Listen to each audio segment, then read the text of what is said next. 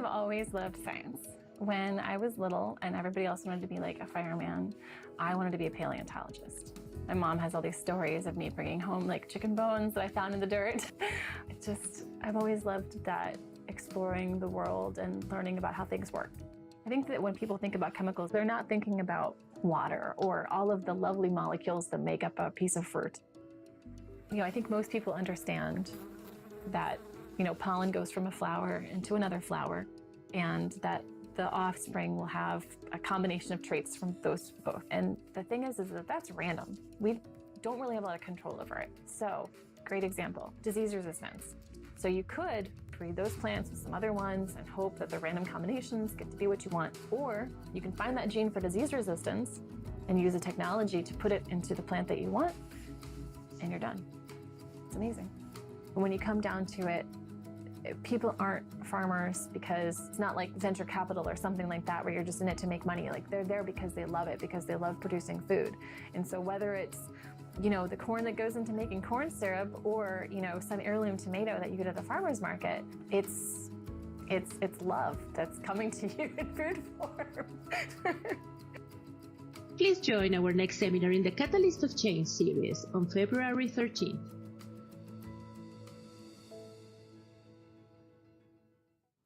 Welcome to the Catalyst of Change, Women Leaders in Science seminar series. There is interpretation available in Spanish, French, and Hindi. To access interpretation, you choose the language of your preference by clicking the translation button at the base of your Zoom screen. This seminar will be recorded and made available on the CIMMYT webcast. We invite you to follow us in LinkedIn, YouTube, and social media using the hashtag Women in Science for the Catalyst of Change Women Leaders in Science seminar series. On the screen, you will see the QR code that will give you access to Slido for submitting questions and comments to be addressed in the Q&A session. Today, we will be hearing from a leader in agriculture biotech research and policy, Dr. Anastasia Bodnar, Senior Agriculture Advisor for the National Security Commission on Emerging Biotechnology. Following Anastasia Bodnar presentation, she will talk with Dr.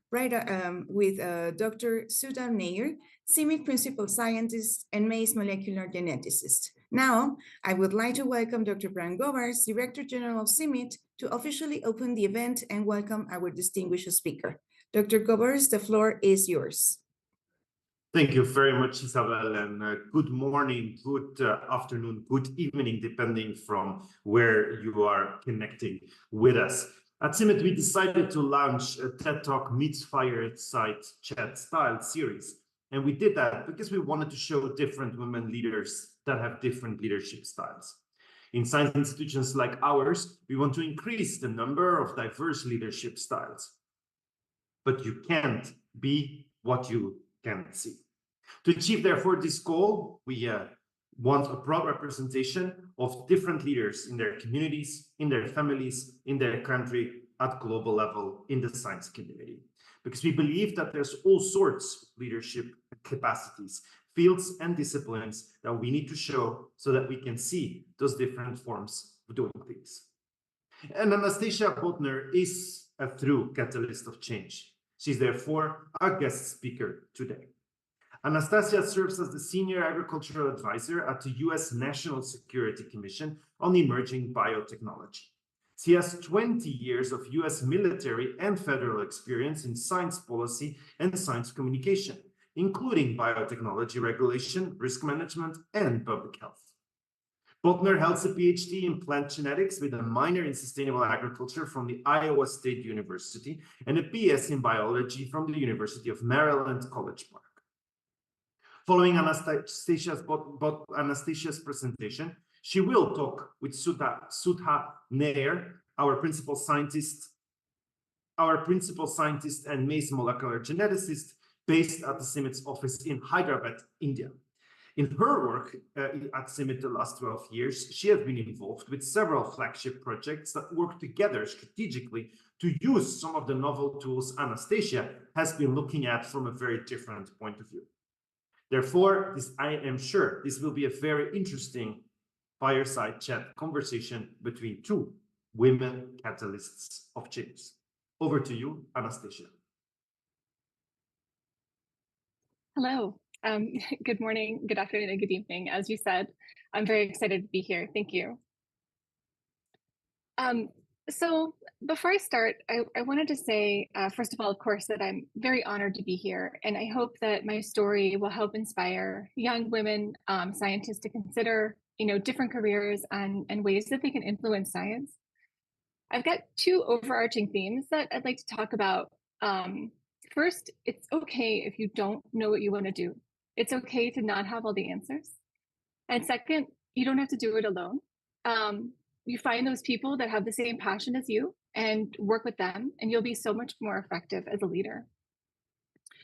So, I've been asked to tell my story, how I've come into science and become a catalyst of change. So I'll start. When I was a child, I've always loved science. Like from the very beginning, my earliest memories are, of excitedly telling family and friends about things that I'd learned in books or things that I'd found, outside in nature. And that really just continued throughout my career. And even today, I happened to be in Singapore last week for a work trip, and every opportunity I had, I went to the botanical garden or other uh, types of things to go and look at plants and learn all I could. So that continues, as I'm sure many of you watching are the same. So as a child, one of my earliest memories is my grandmother taking me to the library to get books and continue helping to bring me on my journey, learning about science. So that family piece has always been really important to me. Um, Continuing on into high school, um, there was a book that I read that was really formative for me, um, called The Millennial Project, and it was about how humans could use biology, particularly biotechnology, to travel to space. And the first step was looking at the life around us and how we can use the power of biology to advance, societal goals, to provide food for everyone, to reduce poverty, to build housing that's sustainable. And that was just really impactful for me, to the point where I would gather my friends around and have like a science story time and tell them about these fantastic ideas um, that I was just so excited to, think about working on as a career. But I'll say that I didn't know any scientists growing up. So how I got from where I was to where I wanted to be was not clear.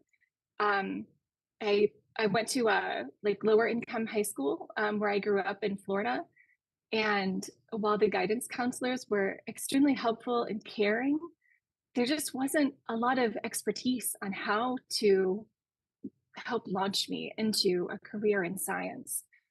I remember applying to MIT, a university in the United States, and getting accepted. And that was so exciting. But then I realized I didn't know how to get financial aid to pay for it. So I didn't go to MIT, and that ended up being okay. I went to a smaller state school and actually ended up failing out fairly quickly because it was a lot harder than I was expecting. I went through high school without having to study very much. And then all of a sudden in college, I had to learn a new way of learning.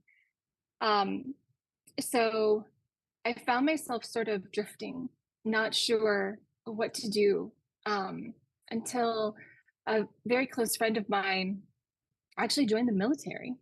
Um, this was at a time where the US military was doing a lot of peacetime activities, and um, I was interested in seeing what that could do for me as a career, especially since college had not worked out. Um, so I ended up joining the Army Reserves, and the job that I was offered a few jobs. I was offered truck driver, chaplain's assistant, or preventive medicine specialist. And while chaplain's assistant was tempting because I understood that that role had to do a lot with helping people, um, the preventive medicine allowed me a view into science that I hadn't had the opportunity to do before.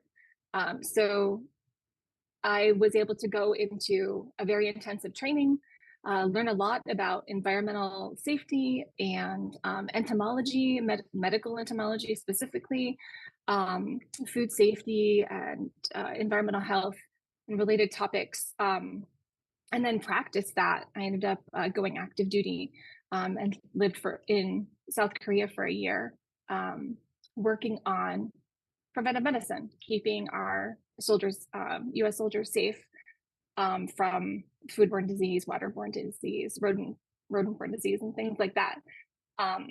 So I'm really thankful for that opportunity to work on risk assessment and better understand those things. When I was there, it was, I had been in long enough, like I had met my time in service to be eligible for promotion. But I had a sergeant, a male sergeant, who effectively told me that I wasn't good enough, that as a female that I shouldn't advance further, even though I had come up with new processes for a unit that were helping everyone and that I was meeting and exceeding everything that was required of me. That really got to me. That was the first time that someone really said, you can't do this. So I ended up going to a military leadership school and made the commandant's list, which was showing that I was a high accomplishment within the training. And I did eventually make a sergeant despite his protests. But I think that that doubt that he had in me inspired me to push further. And when I left the service, I went back and finished my college because of those the training that I got, not just in science, but also in believing in myself and the discipline, of course, that the military taught me. I was able to finish school, and that was another turning point where I was finishing my bachelor's degree. I had ended my military service, like my contract was over.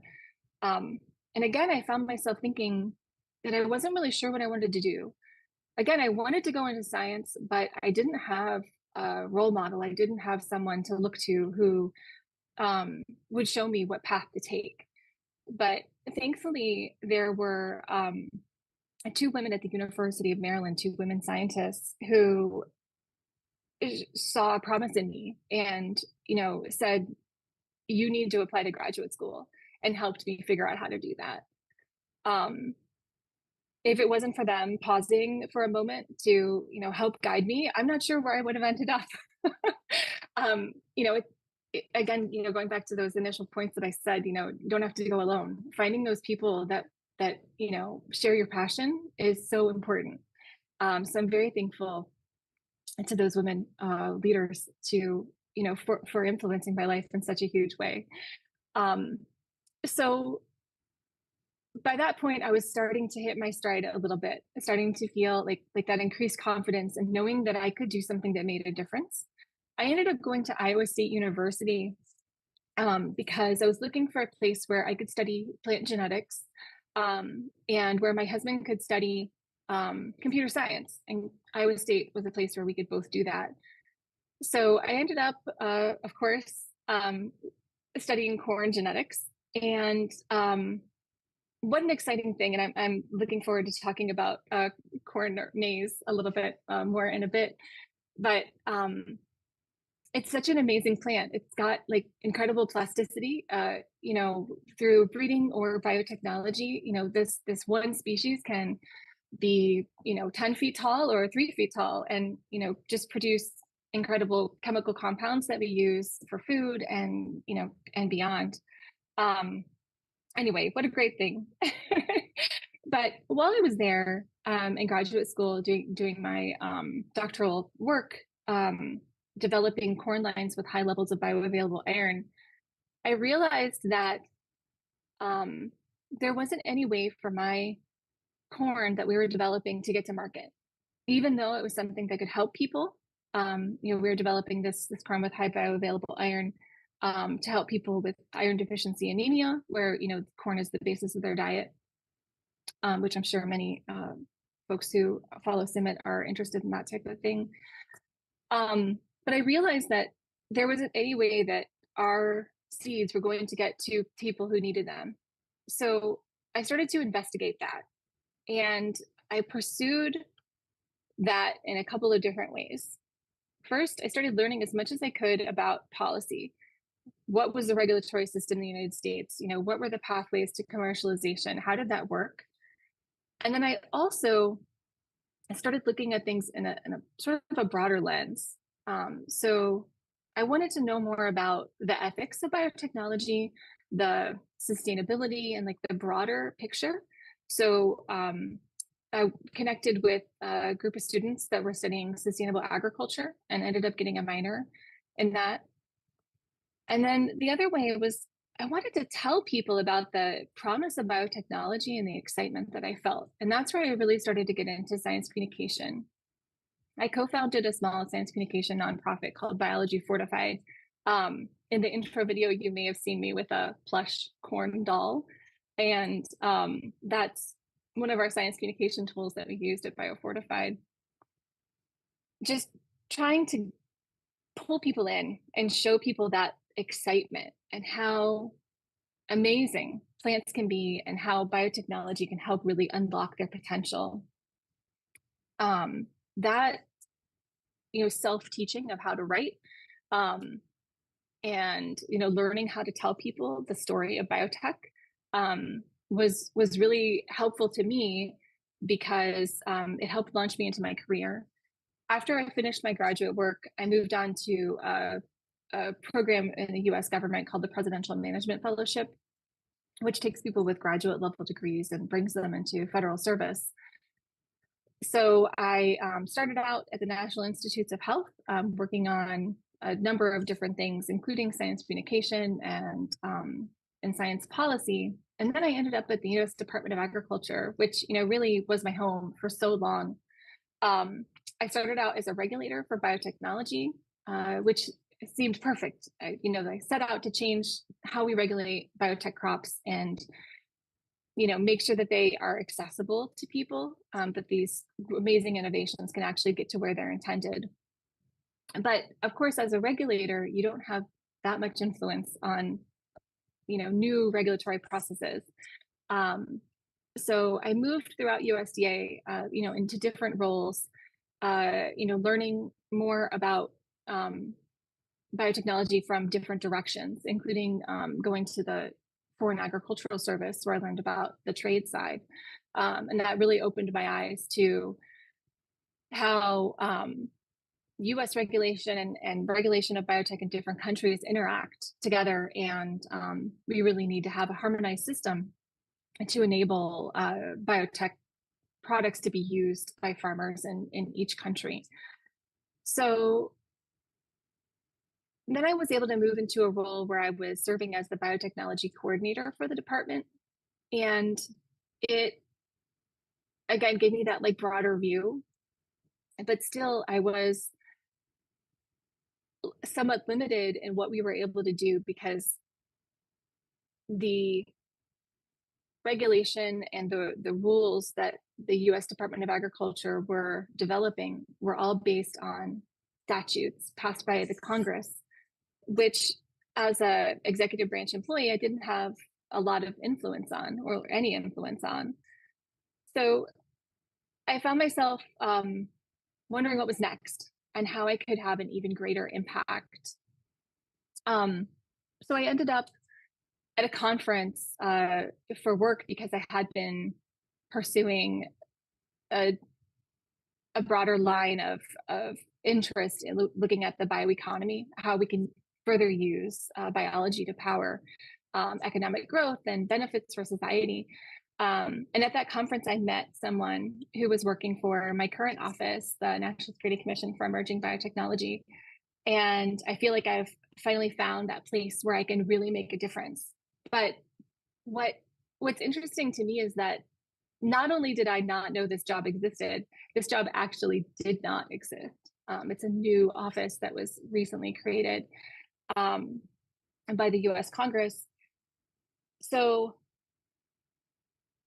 it didn't matter that throughout my career, I didn't have a clear path, that I didn't have a target in mind, that each step I took maybe was slightly to the side, or, it wasn't always leading in the direct path forward. But it was okay because I ended up in a place where I could really make a difference. And along the way, I met so many people that have the same passions that I do, whether it comes to science communication, meeting a group of women we formed a group called the Sci Moms, or, in the science policy space, working internationally to advance agricultural biotechnology. So, again, I'll go back to those two themes that it's okay to not have all the answers and to not have a clear direction, as long as you keep trying to expand your potential, expand your mind, and to find those people that have that same passion, and move along together to really advance things. Thank you.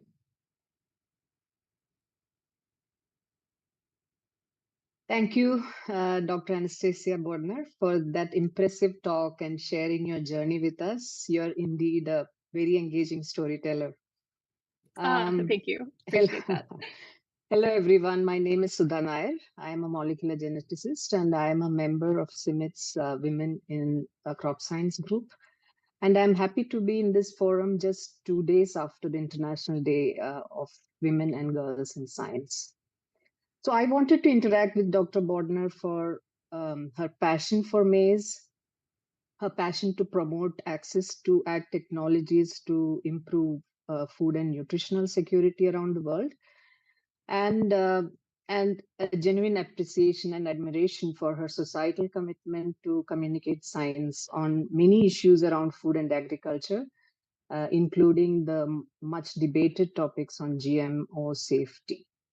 So, Dr. Bodnar, to start with, let me talk to your role and passion as a science communicator, though you touched parts of it. How did you develop this passion on communicating science to the general society? Many a times we researchers are not great at it. So how did this happen? That's a great question. I think it goes back actually to my time in the military, where we would my role was to do inspections, health and safety inspections of food service facilities, different types of facilities. And if we found something that was a problem, that was a safety risk, then we'd have to communicate those risks to someone. And in some cases, that even involved shutting down a food service facility or shutting down a gym or other activity. So I had to get really effective at telling people the scientific findings and why it mattered. And I think that's really the key, is that as scientists, we can get really down into the details and get very excited about the scientific process, the findings, the molecules, the methods. But for non-scientists, it's not as exciting. So it's that why it matters that's so important. So I brought that with me back into my academic time, and then into my time as doing science policy as well. Yeah, so in this similar vein, so what would be maybe some of your pointers to ag science organizations to cut the clutter around GMOs and communicate clearly regarding genetically modified crops and biotech regulation? I mean, there are a lot of really amazing people that have been working on this for a long time, and I think they all have similar advice. So nothing I'll say is new or unique, but it comes down to trust, right? So as scientists, we are lucky to have the trust of people in society, but I think we have to earn it. It's not just believe me because I have a PhD and therefore I'm right. I have to have the evidence to back up what I'm saying, and that's not just the scientific evidence. When I talk to people about science in my daily life, I try to connect with them on a personal level, right? Like, I care about sustainability not because of something I learned in an academic setting, but because I have a daughter and I want the world to be safe and clean and, you know, have abundant food and water for her. And I think that's something that everyone shares. So getting down to those basic emotional connections is so important. Um, as far as communicating on a broader level, I think that's where it starts to get really tricky. Like it's a lot easier to communicate one-on-one or in like a small group setting in a community where, you know, people already know or trust each other.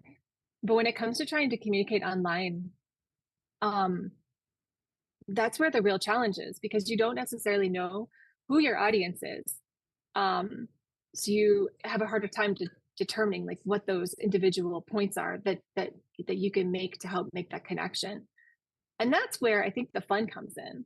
I had mentioned the plush corn doll that we named Frank and Food as a play on, you know, the GMO term Frankenfood that people had been using. Um, it's silly and fun, and so when we would show up to a conference or other event, and you know, asked to take pictures with someone and do an interview, we'd be able to talk about like the fun things, what makes science exciting and interesting, and I think that really helped connect with people, even if we didn't have that personal connection.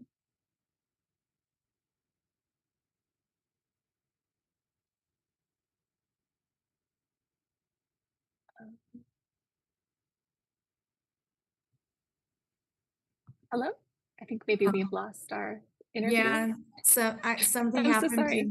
to, don't worry, something happened to the connection of Dr. Nair. Okay, so maybe we can ask, we have here some questions while Dr. Nair connect.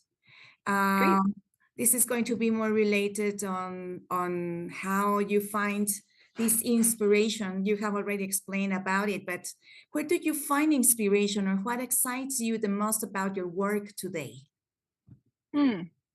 Well, I'd say that the office that I'm in now, I'm really excited about the team that I'm working with.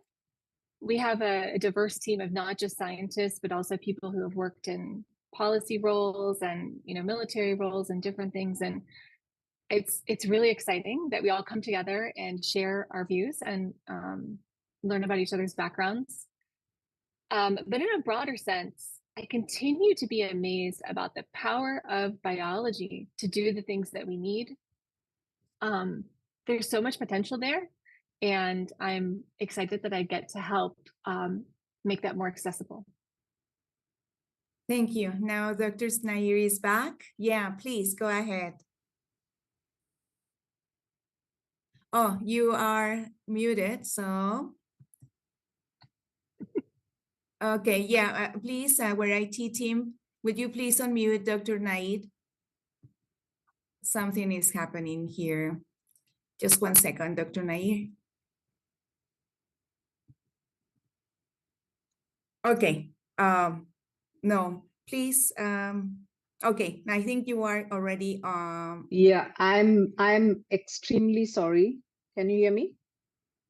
Yeah, I'm it's no extremely problem at sorry. all. Yeah, we can hear you. this happens during the most important calls of mine. So, I mean, That's life, right? We have to adapt. sorry. I mean, I lost out on some of the wonderful stuff you might have talked about. No But problem. yeah, so let me continue from here. Like, I mean, looking at your profile, I see that one of your pet projects outside of your regular job is co-founding SciMoms to converse with parents on busting the myths around many subjects based on unbiased science. Right. So we live in that kind of a world where science has to be qualified as unbiased or biased, but that's the truth. So tell us more about why and how SciMoms. Yeah. So I'd say that we all, the women that were involved in SciMoms, we all kind of were converging on similar ideas where we were scientists or science communicators, and then we had children. And uh, when you are pregnant or when you have a baby, it seems like there's so much misinformation out there. Whether people are trying to sell you something or people are trying to scare you, and it's really intimidating. Even as a scientist, even when I can read like scientific journal articles and try to verify things, like just it's just a really it's a really scary time, you know? So we had all independently started doing our own, research or, starting to communicate, write blog posts or do different things to talk about what we were learning and try to help other women feel more comfortable or less scared about pregnancy and childbirth and what you're feeding your kid and what kind of bottles you're using and, all of those things. Um, and we found each other online and realized that we could be stronger together. Wow. Okay. Um, that's another good story. Yeah. So, how do you view gender in the context of ag science, R&D in general, and or specifically as a molecular geneticist and biotechnologist? Because I have observed that the representation of women researchers in this field um, is comparatively better than several other fields in ag sciences. So, do you see a proportional representation in different leadership and advisory or decision making forums on biotechnology of women, or do you see a difference there, and why that may be? Yeah, that's a good question. I'd say that even over my career, it seems to have the balance of men and women in leadership roles seems to have improved. Just anecdotally, when I first started at USDA, um, it seemed like there were not a lot of women leaders, just in the people that I interacted with, or that were, in the offices above me. But as I progressed in my career, happily, many other women were also progressing in theirs and attaining leadership positions. Um, so the balance really seems to have shifted, and there have actually been multiple offices now where women have been the majority in doing science policy, which is really exciting. And I think that we still have a lot more work to do, of course, and like you said, it really depends on the field. I don't think the balance is there in a lot of other fields, but at least in the science policy space, I think that we're doing reasonably well, and look forward to lifting up, young women to, come along and be the next women leaders in science. Yeah, I also think that the landscape for women in science has definitely changed a lot. Uh, there is a lot more appreciation of the problem and deliberate efforts being taken to increase women leadership in science. But this is not the same across the board in, say, in many countries that we operate. So, what could probably be some positive steps we could take with organizations we work with to break, the job stereotypes and unconscious biases that they might have? Oh, that's a heavy question. Um, I guess it starts young, right? I mean, for for my daughter, she has as role models, myself as a woman scientist. Her aunt is a military leader, and she has a lot of other amazing women role models among her family and friends. But not everybody has that. I didn't have that growing up. Like I had a caring family and all that great stuff, but I didn't have that role model. So helping provide that visibility, that someone who looks like you can move into science, can become a leader. I think it's just like representation is so important, of course. Whether that's in the media or in fiction. um, I think that's really where it starts.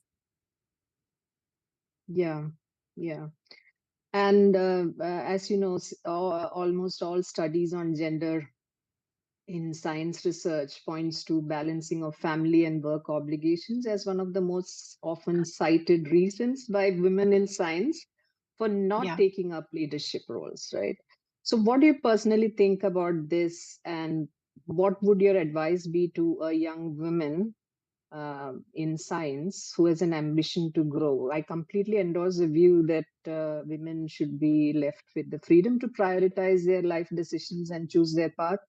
But I mean, how would you help someone in their early career who might be having an ambition to actually grow and looking at women in positions and uh, like aspiring to reach there?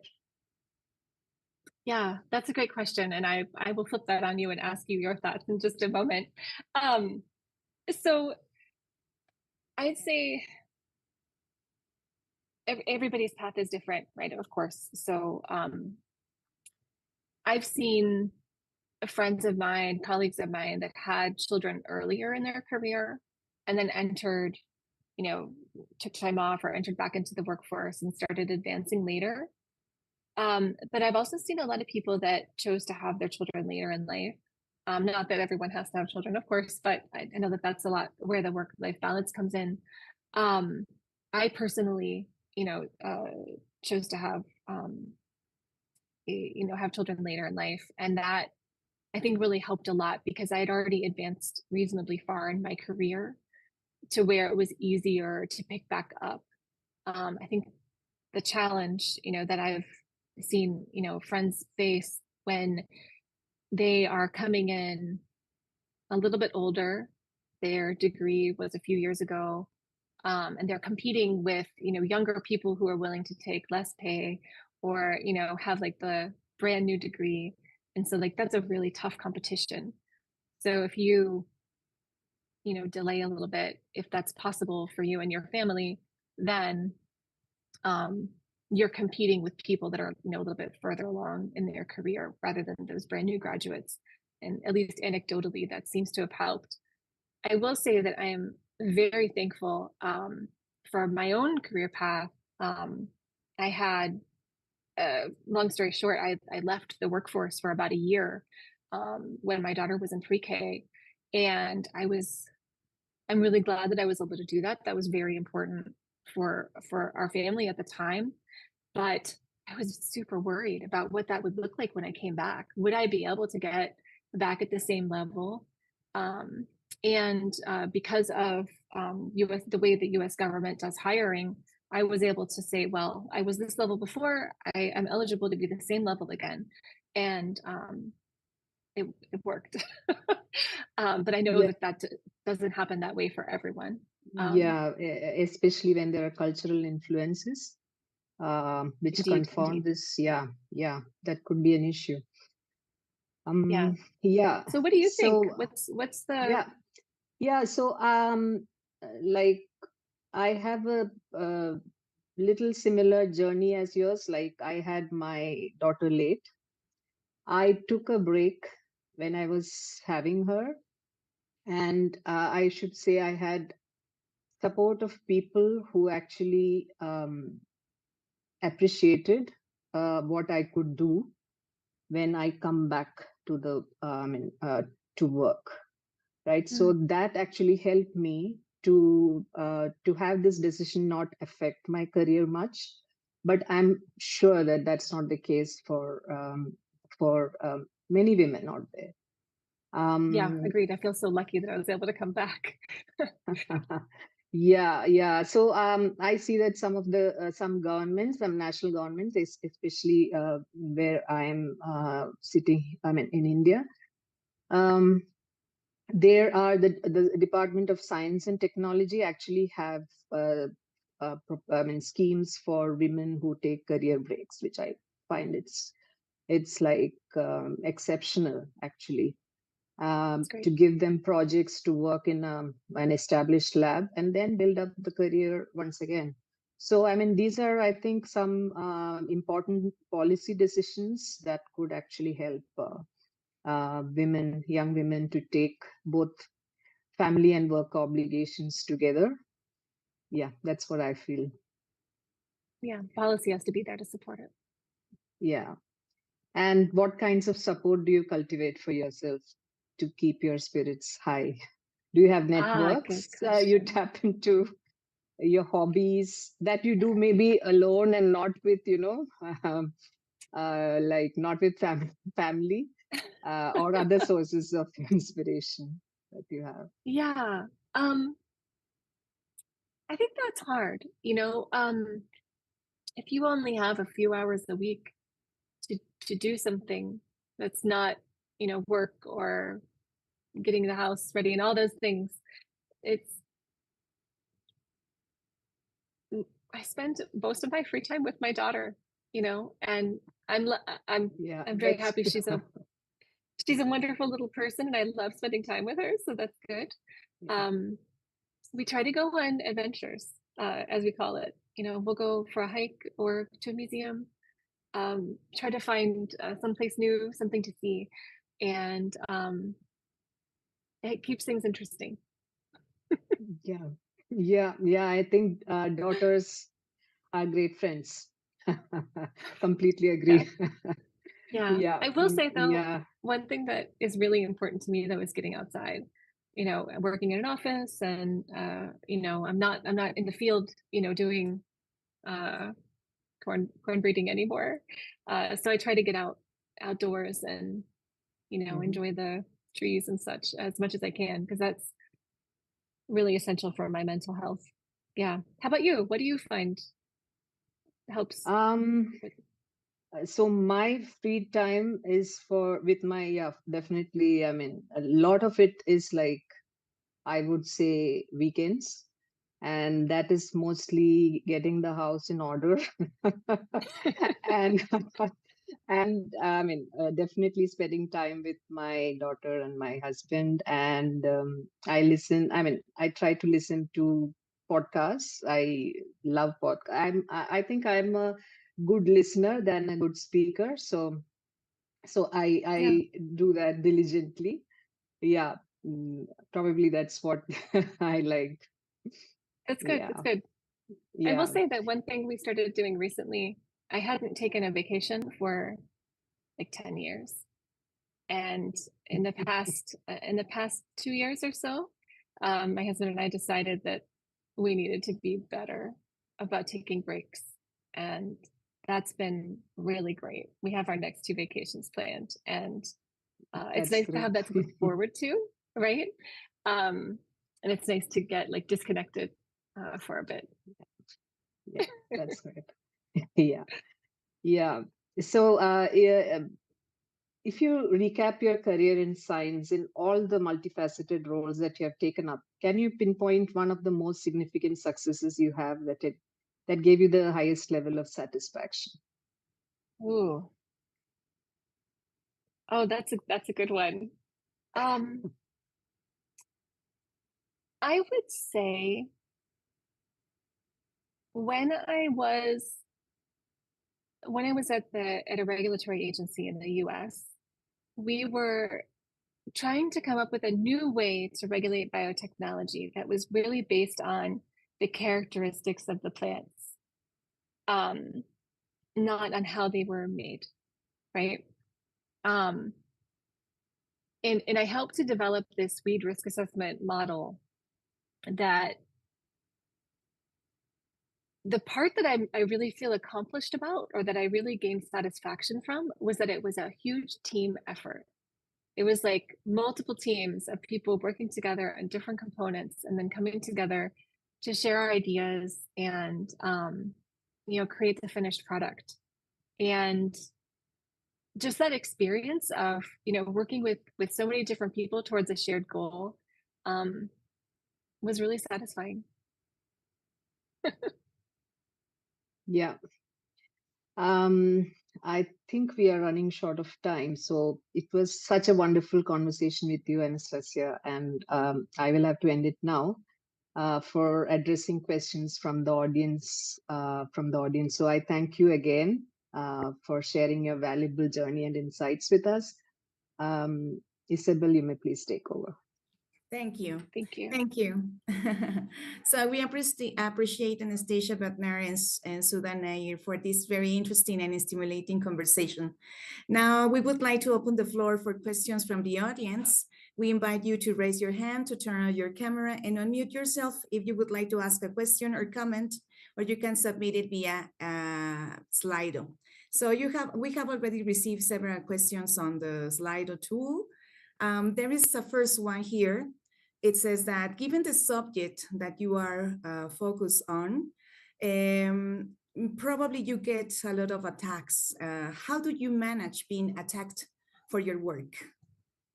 Yeah. That's a good question. I'd say that as I became more involved with policy and government, I moved out of the public space. But when I was actively working as a science communicator and blogging and tweeting and going and doing talks, then yes, there were sometimes really vicious attacks.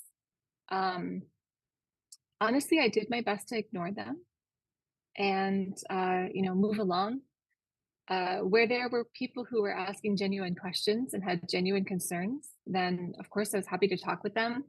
But when people are just being mean, the best you can do is just move on.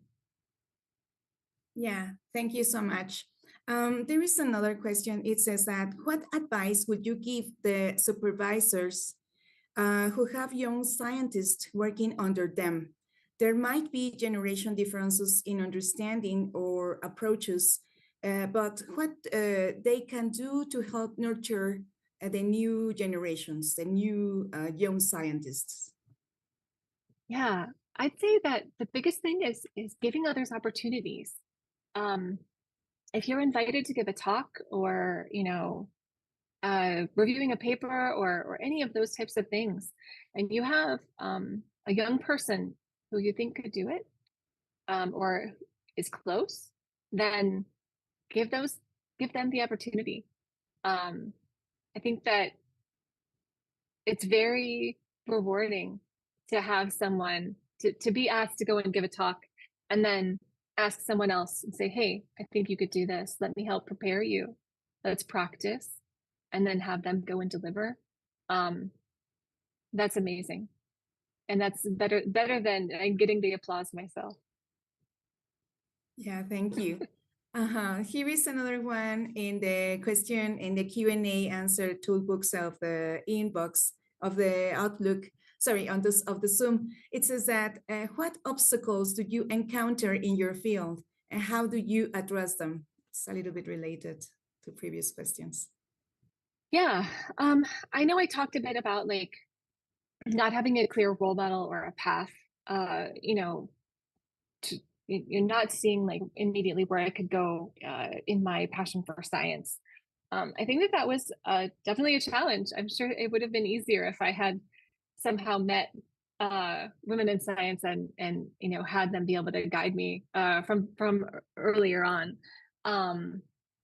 But overcoming that challenge was just keeping my interest going. Like remaining rooted in my passion for the power of biology and finding the role models that helped push me forward.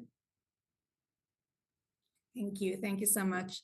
There is another question over here. It says, looking back on your own career and trajectory, are there any things that you wish you had done differently? And what do you hope for yourself for the future? I'm actually not sure I would do anything differently. Even when I failed out of college the first time, I kind of wish that hadn't happened. Maybe I should have studied more. But at the same time, I wouldn't have, gone into the military or, I would have been a totally different path. So I don't think I would have changed very much. As far as, you'd asked about advice for the future, is that? Yeah. What is your expectation for the future? Right. Expectation for the future? I don't know yet. You know, I think that my next job, my next, career step will probably be something I don't even know exists right now. And that's a little bit scary, but also really exciting. Yeah, exciting. Okay, so here we have another question. It says that, what can you do better at the organizational level to build women leaders? Are there policies at your current organization or previous organizations that you find helpful? Hmm. I would say that so I work for the US government, and I would say that there aren't necessarily policies in place, to encourage hiring of women. There are some policies in place to try to hire in a less biased way. So there's a lot of procedures and steps to make sure that they're measuring people, taking in like resumes and measuring them at the same level. But I think there's a lot of opportunities to do um, more specific outreach to young women, and let them know what career options are available. And I think that's really true for all of agriculture and all of science, where if you don't know what options there are or what career options are available to you, then you can't pursue them. So um, so yeah, I think the U.S. government could do a better job, always improving. Um, but the trying to set a level playing field for new applicants seems to have been helpful in attracting women candidates. Okay, thank you. Here is coming another question. It's about COVID. It says that, do you think that COVID had an effect on women in the workplace? Well, yeah. Yeah, I'm sure it depends so much on each individual situation. Um, I'd say overall, one potential silver lining is that we all had to have incredible workplace flexibility, working from home, or, even now I see in our work, um, when people are sick, if it's not COVID, even if it's a cold or something, it's immediate, like, go take care of yourself. Don't worry about it. We've got it here. Um, that attitude shift, I think, is a huge benefit, and it benefits everyone, but I think it especially benefits women who are traditionally the caregivers. If I have a sick child and I need to go and take care of them, it seems like the understanding in the workforce has increased. Um, and for me personally, I think that I benefited, because my husband's job at the time was extremely flexible, more flexible than mine actually. And he was able to take on the teaching role that we all had to do during COVID. And I'm so grateful that, he was able to do that, because I didn't have that level of flexibility. I was not able to be the teacher. So um, I hope that as we continue this, return to work, there are still people who are working from home, and the federal government in the United States is still figuring out that, return. I hope that we don't lose the flexibility. I'm glad that I'm back in person and able to have the face-to-face interactions. And for the type of work that I do, it's really important to be able to be in the office and bouncing ideas off others and writing on the whiteboard and things like that. But I hope that we don't lose that flexibility and that compassion, to let people go take care of themselves and take care of their families when needed. Yeah, thank you. It says that you have had opportunities to work with women from all over the world. Are there lessons that you have learned from women colleagues from other countries? Mm, yes, of course. I think that one thing that that is interesting, or uh, it's just it feels good to know, is that no matter where we are, even despite big cultural differences or big political differences, like we all have the same challenges at the end of the day, um, and we can help lift each other up, regardless of where we came from. Um, I will say that there have been a couple of women that I've had the pleasure to know internationally who,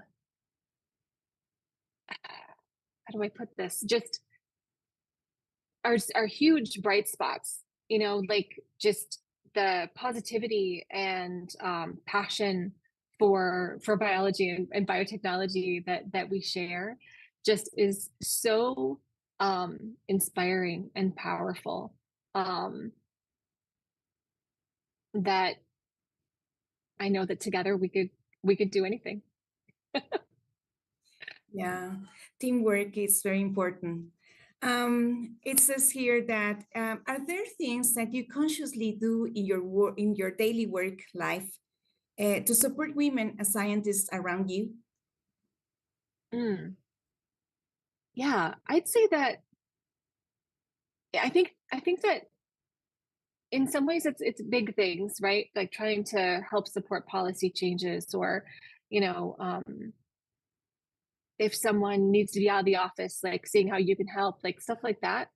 But there's also these like very small things that happen. um, I'll share one anecdote, and apologies to my colleagues who may see this. We were deciding as an office whether or not we should put PhD after our names on our business cards. And to me, it was an obvious yes, we must put PhD on our business cards for those of us who have earned a PhD, because as women scientists, like we earned it and we need to claim it. Um, in part for representation purposes, to show other women, that this is something that we can do, and in part to show our male colleagues that yes, we also have our doctorates. Um, but there was some discussion in the office about like, well, maybe it's not important, or maybe it's pretentious. And so, being able to support myself and my colleagues to say, no, I'm sorry, we really need to put this on here. Uh, it was a little thing, but I know it'll make a difference. Um, and then the other thing that I try to do is when I'm in meetings, um, making sure that everyone has a chance to speak. That is so essential, and not just for women, but for people with different learning styles or different speaking styles, and things like that. Like making sure that you give space for others. Um, it's something that I try to do that I'm not always good at, especially when I get really excited about something. But that's it's just really important to give others space to shine. Yeah, thank you so much, Anastasia Bodnar, for your great talk. So we are going to about to close. We very much appreciate you sharing with us your professional and personal growth experience. Thank you very much for being here today, and thank you so much for your time. So Thank you. So honored for the experience, and just really glad to have spoken with you, and hope that I've been able to inspire others. Thank you. yeah, very, very. Thank you so much for inspiring. Thank you. So Thank also you. we would like to thank all the audience for joining today, and we invite you to the following seminar, Catalyst of Change: Women Leaders in Science, on February 27. Thank you very much.